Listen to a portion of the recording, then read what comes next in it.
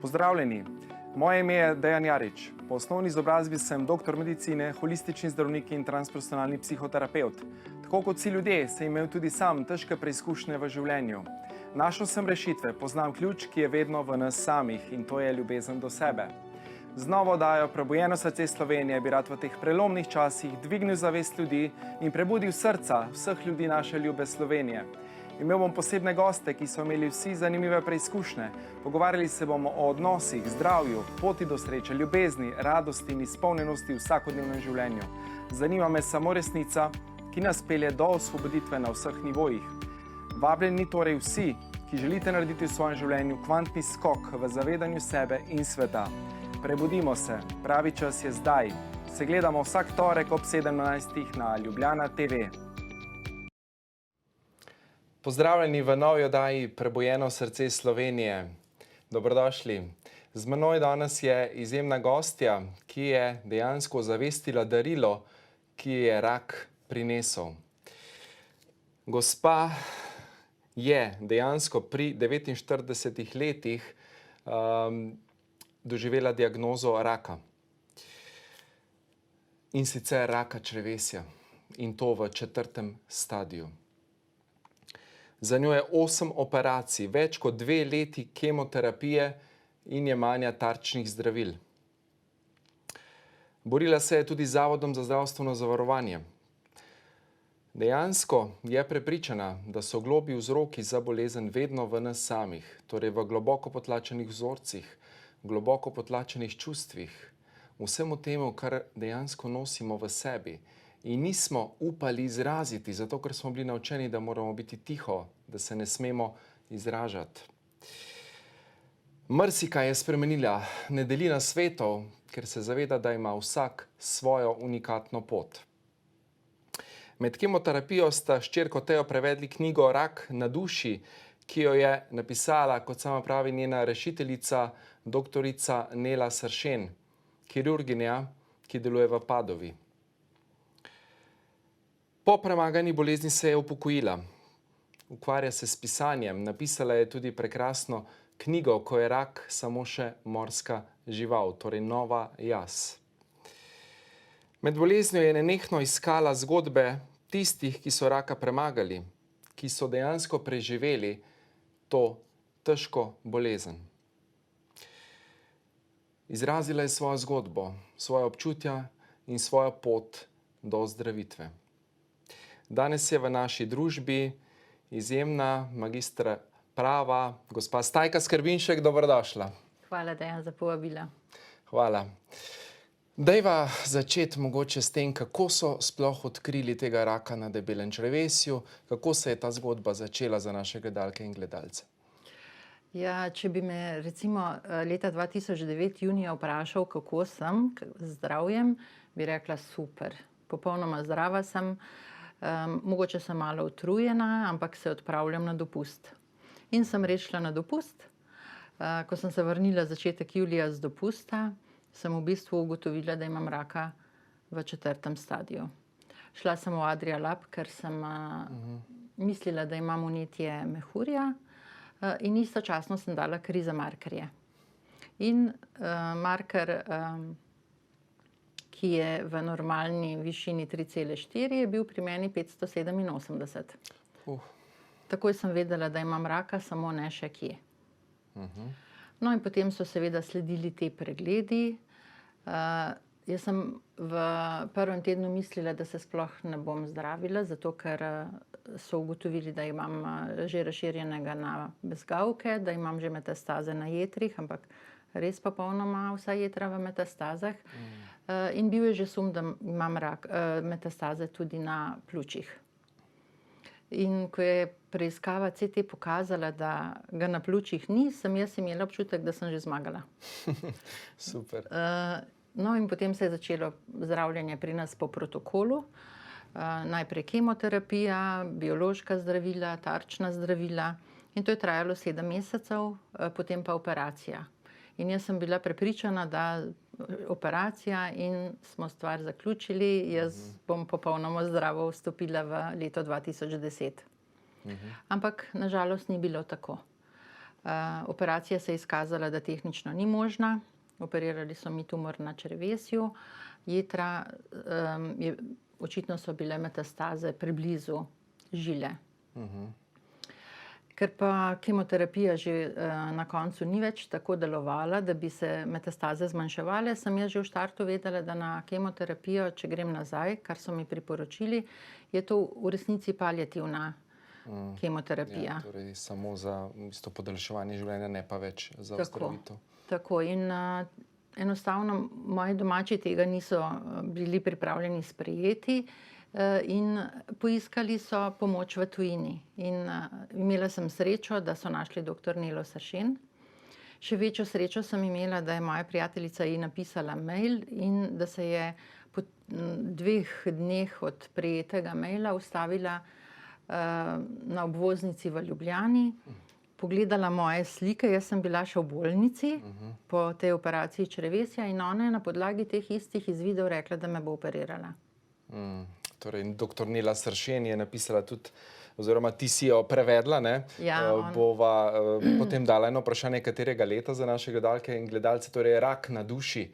Dejansko rak je bolezen, ki se razvija na nekih globih nivojih, ne bi rekli mentalno, čustveno telo. Zagotovo. Še kakšna beseda na to temo? Zagotovo, ker ko sem jaz srečala na Japljevi prijatelja, ki se je ukvarjal z duhovnostjo, mi je rekel, a si se ti vprašala, zakaj si zbolela?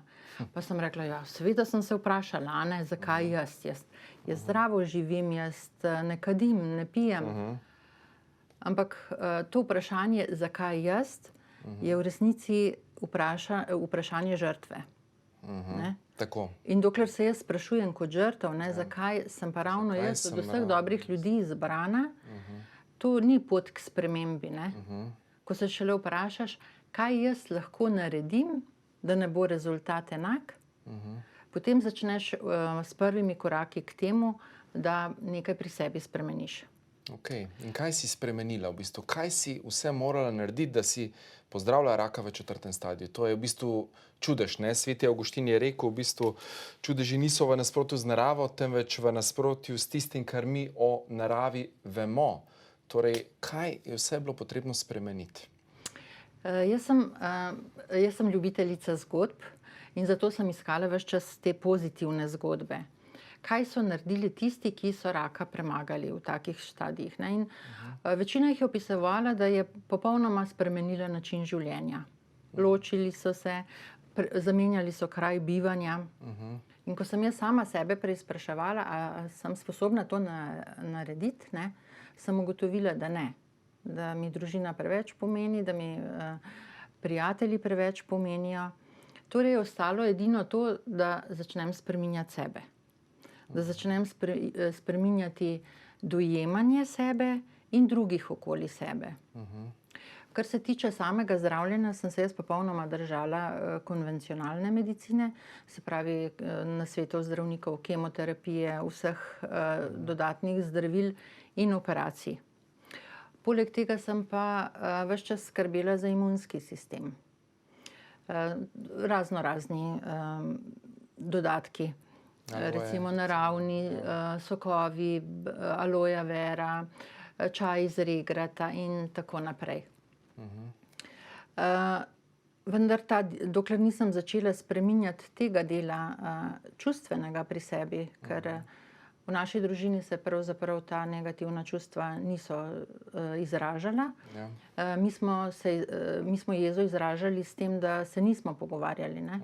In to je v resnici bistveno večja agresija kot jeza, ki pride na dan in ko poveš, kaj ti ni prav. Tako je.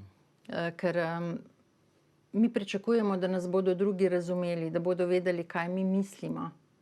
Vendar brez pogovora to ne gre. In včasih se je treba skregati, konstruktivno skregati, zato da razčistimo odnos. Da razčistimo odnos. Ker sem imela otroštvo tako, kakršno sem pač imela, sem se zelo, zelo bala izgube.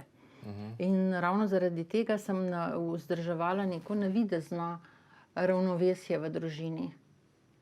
Kar pa je v resnici kvaliteta mojega življenja trpela. Vse to kopičenje teh čustev se je potem na raku odrazilo. Tudi dr. Sršenova piše o dr. Hamerju, ki je potem povezal določena čustva. Nova medicina, ne? Tako. In rak debelega črevesja je v bistvu rak perfekcionistov in neprežvečenih grižljajev. Tako je, torej vsa ta čustva, ki jih nismo prebavili, ki smo jih potlačili, ne, ki jih nismo izrazili drugemu, to v bistvu se nalaga in vse vemo, ne, dr. Lipton Dispenza in podobni, ne, govori o tem, kako je v bistvu naša misel v bistvu aktivira, utiša posamezne gene in našo čustvovanje, v bistvu način življenja, v bistvu sproža v bistvu tiste dejansko določene gene, ne, torej te se ne sprožajo sami, niso neke samo aktualizirajoče naprave, ne, ampak dejansko mi z našim mislimi in čustvovanjem aktiviramo oziroma utišamo, kar tudi dr. Sršenova lepo opisuje v knjigi. Ja, jaz sem v resnici že pred operacijo v Padovi brala Kojca. Ja, seveda, Martin Kojc. In jaz sem si v resnici želela, da bi bila verna. Takrat, ko sem bila bolna, ker bi to nekomu prepustila, ne, in bi verjela, da bo nekdo to uredil namesto mene. In potem sem brala Kojca in on govori o tem globokem prepričanju. In jaz tega nisem razumela. Kako pride do tega globokega prepričanja, sem razumela šele, ko sem bila na dispenzi, ko je razlagal, kako v resnici mi to čustvo, ki si ga želimo, da bi ga živeli, moramo občutiti.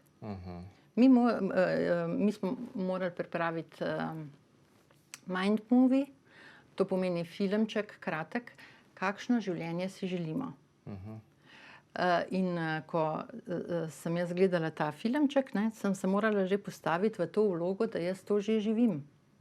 In šele takrat, ko mi v resnici ta čustva občutimo, ne, potem se začne pri nas ta proces spreminjanja naših prepričanj, da lahko. Torej, takrat lahko zjokamo žalost, bolečino, vse tisto, kar smo kadarkoli potlačili in dejansko sprejmemo to in gremo na višji nivo zavedanja. Ja. Ok, bova šla po kratkem predahu naprej, tako da se vidimo čez nekaj trenutkov. Dobrodošli v drugem delu oddaje Prebujeno srce Slovenije.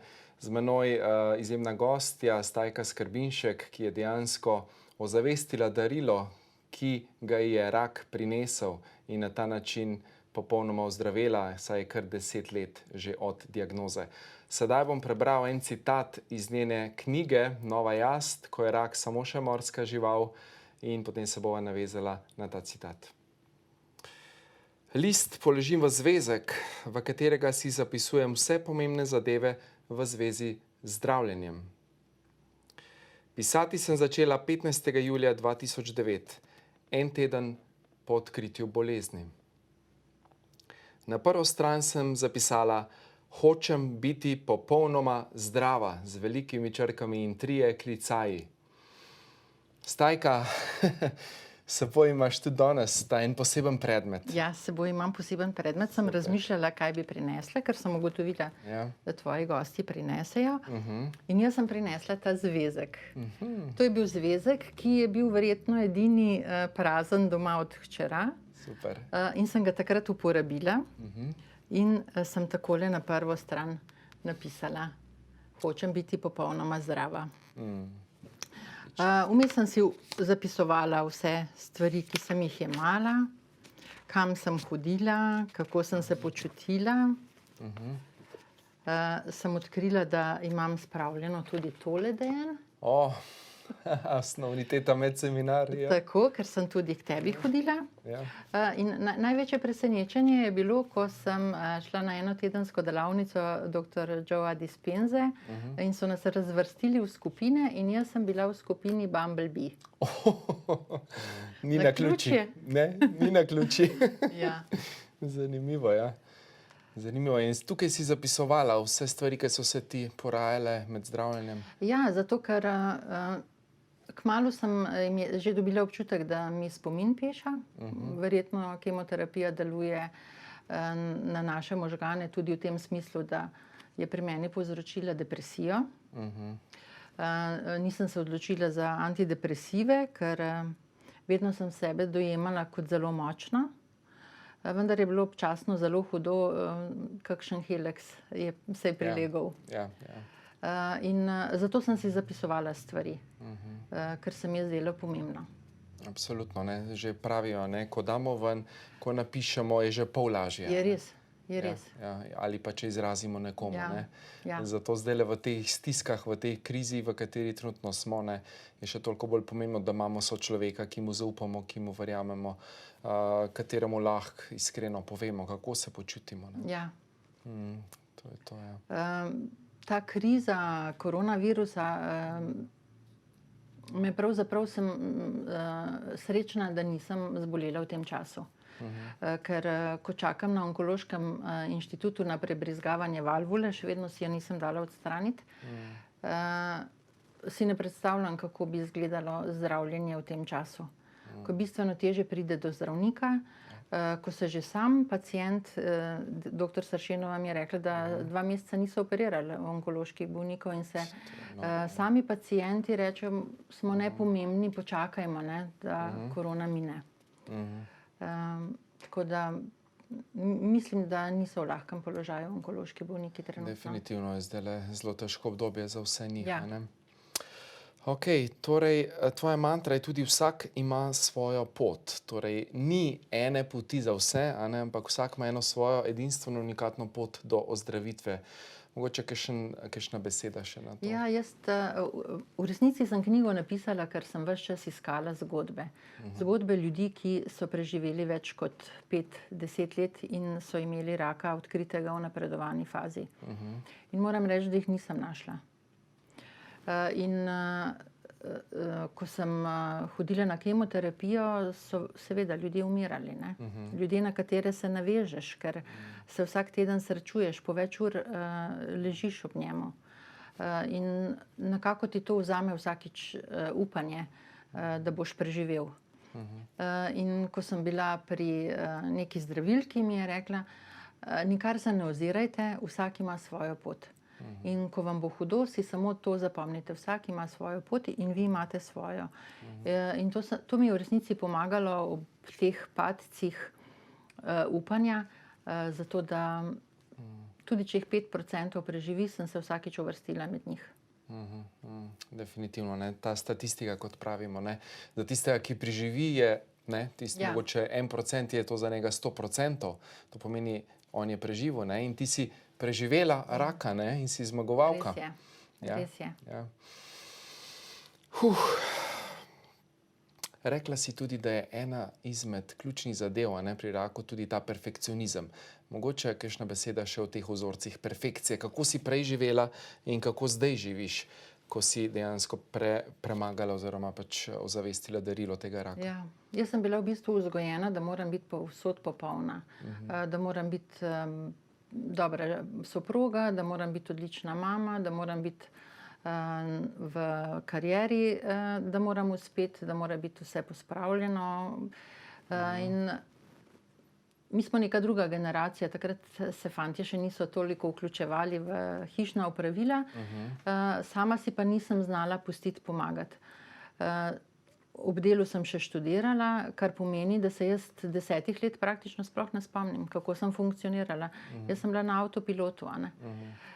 In potem, ko sem zbolela, sem imela problem prositi za pomoč. Ker sem smatrala, sama moram vse narediti. In šele ko sem dojela, da tega ne bom zmogla, če ne bom si dovolila pomagati, in moram reči, da sem imela srečo, da so mi domači v resnici popolnoma stali ob strani, potem tega zagotovo raka ne bi premagala brez pomoči. In potem sem sčasoma opuščala 100% pospravljeno hišo. Če kosilo ni bilo skuhano, pač ni bilo skuhano. In predvsem se mi pa zdi pomembno, da si dovolim vzeti čas zase. Ko čutim, da mi zmanjkuje energije, potem se usedem v avto, se odpeljem na morje, vzamem s seboj psa in sem recimo 5 dni tam, meditiram, hodim, berem. In to v tem času korone najbolj pogrešam, ker ni tega odmika. Jaz potrebujem ta prostor za sebe. Ampak se pač znajdem tako, da grem pa večkrat na sprehod, v gozd, ob vodo. meditiram. Torej dejansko čas za sebe, čas za to Čas za sebe. poglabljanje vase, Ja, meditacijo. da se slišim, da se slišim, kaj potrebuje moje telo, kaj potrebujem jaz. Ker mi pravzaprav ves čas dobivamo neke znake, da nekaj ni v redu. Ne? Jaz sem potem razmišljala, kaj pa je bilo drugače, preden so mi bolezen odkrili. Recimo, kava mi je smrdela. Pa sem rekla, ja, mogoče sem pa malo utrujena, pa je to zato.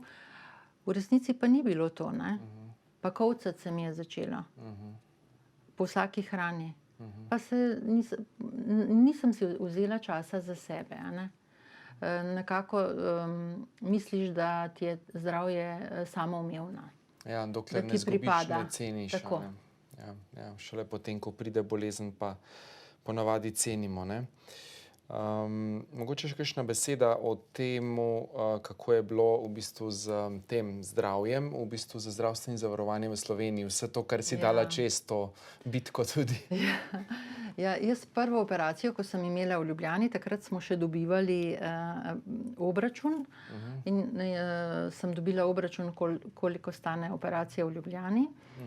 In ko je doktor Sašenova povedala, da me bo operirala, sem dobila predračun za operacijo in sem takoj napisala vlogo na Zavod za zdravstveno zavarovanje in nekako sem bila prepričana, da mi bodo to odobrili, ker gre za življenje, ne.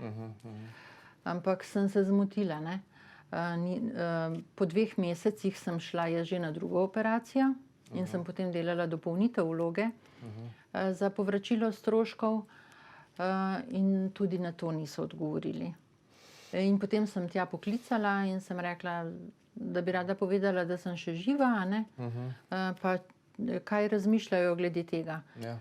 No in neka gospa, ki ni bila preveč prijazna, ne, mi je rekla, da bom že dobila odgovor, čeprav v resnici imajo rok za odgovor 30 dni.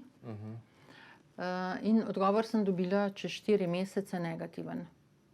Zato, ker je sistem tak, da vprašajo operaterja, ali je bila ta operacija potrebna, ali je bilo izčrpano zdravljenje v Sloveniji, in ker so meni ponudili kemoterapijo kot paliativno, je za njih so smatrali, da to zdravljenje ni zaključeno v Sloveniji. No, kasneje seveda sem to dobila gladko na sodišču in sem stroške dobila povrnjene. Vendar takrat sem razmišljala, da je zelo veliko ljudi, ki tega stroška ne zmorejo plačati. Ja, absolutno, ja. Torej se počaka pa... Torej, ne, če ne bi vztrajala, mogoče te ne bi bilo danes več tukaj. Ja, zagotovo ne. Ja. Kako pomembno je verjeti, kako pomembna je vera, a ne? In tisto zaupanje v nekaj višjega, da vendarle ne, je tukaj možnost, da se pozdraviš. Ja. Ne? In ti si to vedno imela in vedno verjela, da je. Ja, jaz nisem v klasičnem smislu verna, vendar sem vedno verjela, da nekaj pa je. Nekaj je kar višjega nas od čuva, nas. kar nas na neki način povezuje. Ne bom rekla, da si vsak dan dobre volje in da vsak dan verjameš, da boš zmagal. Ampak v resnici je najbolj pomembno to, da imaš orodje, s katerim tudi slabe dneve prebrodiš. Da veš, da je to ali delovanje kemoterapije, ali da je to en slab dan in da naslednji dan se boš pobral in da greš naprej.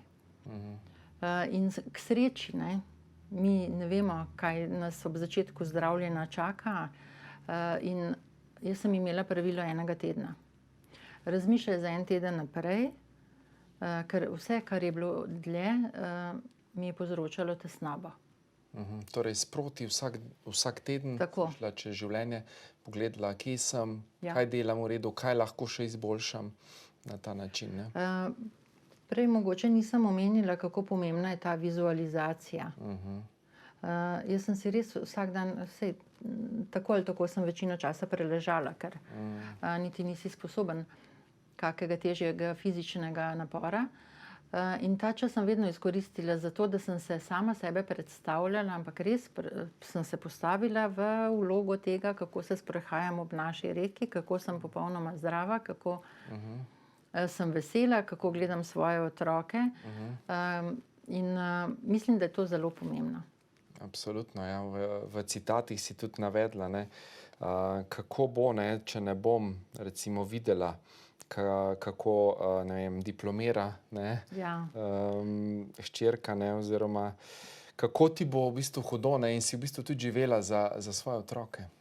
Ja, res je. Mislim, da sem mogoče malo preveč navezana na, ne samo na otroke, tudi na svojo širšo družino. In recimo mama, jaz si sploh nisem predstavljala, kako bi bilo, da že povedati je bilo težko. Jaz sem mami zadnji povedala. Zadnji, ne. Ker je sama sem bila mama in vem, kaj bi za mene to pomenilo. In to, da moja hči, ki je tisto leto imela maturantski ples, da bo žalostna, ko bodo drugi veseli, za mene je bilo to strašno gonilo, da ozdravim. Jaz sem praktično 10 dni po operaciji, ko sem imela še kovinske sponke, sem šla na njen maturantski ples. In tam sem ostala 3 ure. Odlično, hvala za te čudovite besede, zgodbe. Bova nadaljevala po kratkem predahu, ko se ponovno vidimo. Dobrodošli, pozdravljeni še v zadnjem, 3. delu oddaje Prebujeno srce Slovenije. Z menoj čudovita gostja, gospa Stajka Skrbinšek. Zdaj bom prebral še 3. citat iz čudovite knjige in potem bova imela ponovno debato. Oči mi žarijo od veselja. Pred menoj sedi moj angel, dr. Nela Sršen. Po njeni zaslugi sem živa. Vsakič, ko se srečava, se moja energija spremeni. In vsakič bolj sem prepričana, da bom znova popolnoma zdrava. Ja, zdravniki s srcem, zdravniki, ki pridejo pacienta pogledati, tudi ko mogoče niso v službi, tudi mogoče, ko je praznik, in dr. Nela Sršen je ena izmed takih srčnih holističnih zdravnic. Mogoče kakšna beseda na to temo še? Ja, ko sem jaz prišla v Padovo in sem jo zagledala v čakalnici, je ona prišla do mene in me je pobožala po glavi in je rekla, kako si, punca, vse bo še v redu. In meni se je zdelo, da sem že napol zdrava. In ta njena toplina, zavzetost za bolnika. Ko sem bila jaz prvič operirana, je bil naslednji dan praznik, velik krščanski praznik, velika noč, in dr. Sršenova je bila prosta, ampak ona me je prišla pogledati. In sedela je ob meni na postelji in meni se je zdelo, da že zaradi nje moramo zdraviti. Zdaj me mrzi. Nisem slišal srcem, a ne? Ja. To je nekaj neverjetnega, ja. Ker za mene je v celem tem procesu zdravljenja v resnici najbolj bilo pomembno to, da zdravniku zaupam. Jaz nisem hodila zdravniku po tolažbo, ker to je naloga moje družine in mojih bližnjih. Vendar je pogovor za mene bil zelo pomemben. In to pogovor, ki mi da upanje, da je možno raka pozdraviti. Jaz sem pravzaprav imela srečo, ker sem imela prvega zdravnika, dr. Janšo, gastroenterologa, onkologa. In on mi je rekel, saj veste, kemoterapija je nekaj, kar ne vemo, kako bo delovalo, to je kot bi raketo spustili v vesolje. Ampak če ne bo prijela ena, bo prijela druga, pa imamo testna zdravila in ti dobiš občutek, da imaš izbiro. Tako je. In dr. Sršenova je praktično potem tudi, ko sem jaz bila že v Ljubljani, vsakič, ko se je peljala skozi Ljubljano, sem dobila SMS, kako sem. In meni je to pomenilo, da sem njej pomembna. In morda sem ravno zaradi tega tudi začela prevajati njeno knjigo Rak na duši, ki naj jo je potem povezala na ta način, da sva postali prijateljici. Imeli sva predstavitve po celi Sloveniji in ogromno bolnikov se je takrat obračalo na mene, zato ker sem jih razumela, da iščejo upanje, da iščejo kontakt do nje. In sem nekako prevajalec med njo in pacienti, ki so želeli priti do nje. Torej, dejansko tista vera, ne, v zdravnika oziroma tistega terapevta, ki ti pomaga, je ključ, ne. Vemo, ne, tisto, kar verjameš, da ti bo pomagalo, ti v resnici na koncu tudi pomaga. Ja, je res. A ne? Je res. Ja. Zato, ker sploh si nisem predstavljala, ko je ona meni po prvi operaciji rekla, ker jaz sem mislila, da po prvi operaciji že spet, da sem zaključila zdravljenje, ne. In ko sem se zbudila in mi je rekla, ja, malo smo spremenili načrt, počistili smo leva jetra, čez en mesec boš prišla, da ti desna odstranimo, ne. Sem jaz bila zaprepadena, ne, ker to je bila v bistvu praktično tretja težka operacija v slabih 3 mesecih. Ampak ona je rekla, to ni nič hudega, vse bomo to uredili. In jaz sem si mislila, pa hvala Bogu, da mi je rekla, da je možno. Kaj, če bi mi ona rekla, operacija tehnično ni možna? Koliko zdravnikov, nažalost, še vedno, ne, v Sloveniji po svetu programira paciente, ne. Glejte, gospa, imate mogoče 3% možnosti, da boste ozdravela. Halo, ne. Kakšen program si človek naredi? On zaupa zdravniku, ne. Ja. Za dosti ljudi je še vedno zdravnik Bog, ne, v beli hali, sploh za starejšo populacijo, ne. In tisto, kar zdravnik reče, je sveto, ne. In če zdravnik v bistvu ne da upanje, jaz recimo sem tudi delal na onkološkem, nikoli nisem programiral ljudi, ne. Nikoli nisem rekel, gospa, toliko imate možnosti. Ne, jaz sem rekel, gospa, od vas je odvisno največ. Mi bomo naredili vse, kar je v naši moči, se lahko potrudimo, ampak vi ste tista, ki odloča o vašem življenju. Torej, duša, zavest, jaz verjamem, je nad vsem. In zavest v bistvu odloča, a bo človek živel ali ne bo, a ne. Torej, mi se na neki ravni odločimo, a ne. Ja, to je res. In jaz se spomnim tudi, ko sem hodila k tebi, prijateljica te je priporočila in je rekla, veš, je upanje, da ozdravimo. In potem sem začela hoditi tebi in sem verjela, da bo res ozdravitev prišla. Hotela sem pa še nekaj drugega povedati, da zdaj mi je misel ušla iz glave.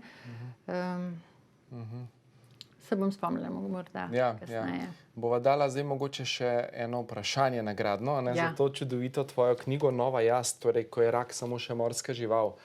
Torej, nagradno vprašanje, 2 knjigi bomo podarili, tako da kar izvoli. Katerega leta sem prevedla knjigo Rak na duši? Torej, katerega leta je Stajka Skrbinšek prevedla knjigo Rak na duši doktorice Nele Sršen. To je hrvaška zdravnica, kirurginja, ki dela v Padovi, torej v Italiji, ne. Okej. Super. Takole še enkrat pokažemo, da se vidi. Res gleda kot en angel. Ja, res gleda. Čudovita zdravnica. Aha, zdaj sem se pa spomnila, kaj sem hotela povedati. Odlično. Kaj sem pogrešala pravzaprav v času zdravljenja. To psihološko pomoč. Ja, ker to je grozen šok za mene, za družino in mi se v resnici o tem, kako hudo bolna sem jaz, nismo mogli pogovarjati. Oni so svojo bolečino preživljali po svoje in jaz svoje težave po svoje. In mislim, da bi ta psihološka pomoč veliko bolj pomagala, če bi jo dobila že ob sami diagnozi. Že takoj, a ne? Ja. Ja, torej dejansko pri raku vemo, ne, je psiha zelo pomembna. Praktično pri vseh boleznih, a ne, ta psihološki aspekt, mentalna prepričanja, globoko potlačena čustva, jeza, zamera, strahovi. Kako se sploh pogovoriti, ne? Ja, seveda. Z domačimi, a ne? Jaz recimo sem pisala pisma in sem jih spravljala v predal, zato ker se določenih stvari z mojimi domačimi nisem mogla pogovarjati, ampak kaj če umrem, a ne? Napisala si tudi v poroko, ne? Napisala sem tudi v poroko, zato ker sem pač z nogami na tleh in vedno obstaja možnost, da se kaj zakomplicira, ampak moji domači o tem niso želeli slišati nič. Niso se hoteli mogoče soočiti, da pa vendarle obstaja možnost, da ne bo šlo, a ne? Ampak so verjeli vate, ne? Na nek način bi to pomenilo, da sem se vdala, ne? Ampak jaz nisem tega na tak način jemala, da sem se vdala. Smatrala sem samo da se odgovorno Odgovorno, ja. Tako, odgovorno, da se obnašam. Ampak sploh se nisem vdala. dala. A ne? Ja, seveda, če bi se, te ne bi Ja. bilo več na tej zemlji, a ne? Ja, in ravno zato morda sem se potem kasneje odločila, da vsa ta svoja čustva, ki sem jih preživljala skozi zdravljenje, da izlijem v knjigo. In knjiga je nastajala kar 3 leta in pol. In ta različica, ki je pred nami, je popolnoma drugačna, kot je bila iz začetka, ker pride vsa jeza. To sem čital, ja, kako si Ja. najprej iz te jeze pisala in potem si popolnoma spremenila. Popolnoma. Ko prideš do hvaležnosti, ne, šele takrat lahko to daš ven. Tako, ja, ko si hvaležen za to darilo, Točno, tako. ki ga prejmeš. In to vsakem posebej, ki je sodeloval pri tem zdravljenju, ne samo tistim, ki so mi pomagali, tudi tistim, ki so me zavrnili. Ker tudi to je darilo. Ne? Seveda ne. Če dejansko te ne bi zavrnili, ti ne bi šla v Padovo, ne bi iskala drugih možnosti. A ne? Torej, vse je bilo na koncu prav, tako kot je bilo. Ja. A ne? Ko prepustiš, ko odpreš srce, ti pridejo popolnoma vse stvari naproti. In to sem v resnici takrat prvič začutila. Kako ti pridejo nasproti natančno tiste stvari, ki jih potrebuješ. Tako. In vedno, ko gledamo za nazaj, šele vidimo, zakaj je bilo Ja. vse tako prav, kot je bilo in zakaj je moralo tako biti. Ja. A ne? Najprej smo mogoče jezni, pa ne razumemo, pa ne sprejemamo nečesa, potem pa vidimo darilo, ki smo ga prejeli. A ne? Ja, jaz sem imela predvsem problem s to kontrolo, ne? Ker ne zaupam. A ne? Ampak potem, ravno zato sem iskala zdravnike, ki jim zaupam, ker potem se upaš prepustiti. Tako je, potem je lažje. Ne? Ja. Dejansko zaupaš človeku in mi bo pomagal, bo naredil vse, kar je v njegovi moči, a ne, da dejansko zdravim. Ja, ker mi gremo zdravniku po pomoč. Se pravi, mi potrebujemo moč. Pomoč. Pomoč, ja, tako je. Ampak ta moč, ne, je v bistvu v nas samih. A ne? Ja. Samo dokler se tega ne zavedamo, dokler mislimo, da smo, ne vem, Boga žrtev, da smo nemočni, toliko časa mi zanikamo svojo notranjo moč, svoje potenciale, svoje v bistvu samo zdravilne sposobnosti. A ne? Ja, to popolnoma drži. In potem, jaz sem vmes šla tudi v Brazilijo. Ne? In ko primerjam, potem sem se naučila tudi moliti. In to delam še zdaj, zjutraj in zvečer. Da pravzaprav vse te vere nas učijo, pa ne glede na to, ali so to šamani, ali so to krščanstvo, katerokoli, da vse je v nas. Ne? In ko potrebuješ čas, da prideš do tega. Ne? In ves čas preizpraševanje samega sebe. In šele takrat si sposoben potem odpreti srce in sprejeti tisto, kar ti je dano kot darilo. Tako, da ozavestiš to darilo in Ja. dejansko sprejmeš in se pozdraviš, tako kot si se pozdravila ti. Ja. Čas se nam na žalost izteka, tako da hvala, draga Stajka, da si bila nocoj gostja v oddaji Prebojeno srce Slovenije na Ljubljana TV. Hvala, da si vzela čas. Res moj globok poklon, moje globoko spoštovanje za to, kar si in za to, kar si danes povedala vsem nam. Hvala, Dejan, tebi za vse, pa tudi za to povabilo. Hvala. Hvala tudi vam, drage gledalke in gledalci, ker ste bili nocoj z nami. Verjamem, da ste slišali marsikaj zanimivega, marsikaj, kar se vam bo dejansko usedlo v srce in da boste pomagali sami sebi in bili zgled tudi drugim, da grejo ponovno na višji nivo zavedanja. Kajti zdaj je prišel ta čas, ko ne moremo več bežati od samih sebe, ko si ne moremo več lagati, ampak je resnica tista, ki nas osvobaja. Torej, povejmo resnico in resnica nas bo osvobodila na vseh nivojih. Hvala vam, ker ste in hvala, ker gledate to oddajo.